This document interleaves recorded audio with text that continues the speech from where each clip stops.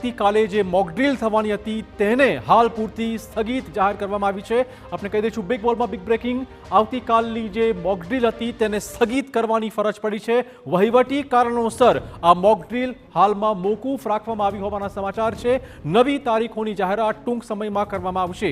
બોર્ડરને અડીને આવેલા 6 રાજ્યોમાં યોજાવાની હતી આવતીકાલે મોકડ્રીલ।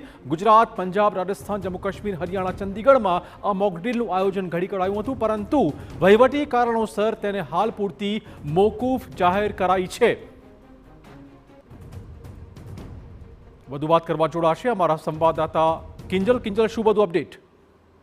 જી ચિરાગ, જે રીતે ઓપરેશન સિંદૂર બાદ ઓપરેશન શિલ્ડ નામની સાથે મોકડ્રીલનું આયોજન કરાયું હતું ગુજરાત સાથે અને 5 રાજ્યો કે જે સરહદી રાજ્યો છે, જેની અંદર રાજસ્થાન, પંજાબ, હરિયાણા, ચંદીગઢ, જમ્મુ એન્ડ કાશ્મીરનો સમાવેશ થાય છે। તે તમામ રાજ્યોની અંદર આવતીકાલે 5 થી 8મું મોકડ્રીલનું આયોજન કરવામાં આવ્યું હતું, જેને લઈને રાજ્ય સરકારના વહીવટી વિભાગ દ્વારા બેઠકો પણ કરાઈ હતી, વિડીયો કોન્ફરન્સ પણ કરાઈ હતી, પરંતુ જે હાલમાં અપડેટ મળી રહ્યા છે તે પ્રમાણે તમામ રાજ્યોની અંદર જે સ્થગિત છે મોકડ્રીલ સ્થગિત કરવામાં આવી છે।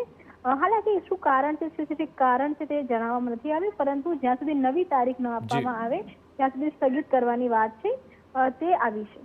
ધન્યવાદ કિંજલ તમામ જાણકારી બદલ। તો આપને કહી દઈએ કે આવતીકાલની મોકડ્રીલ હાલ પૂરતી સ્થગિત, નવી તારીખોની જાહેરાત કરવામાં આવશે, પરંતુ આવતીકાલે આ મોકડ્રીલ યોજાવાની નથી।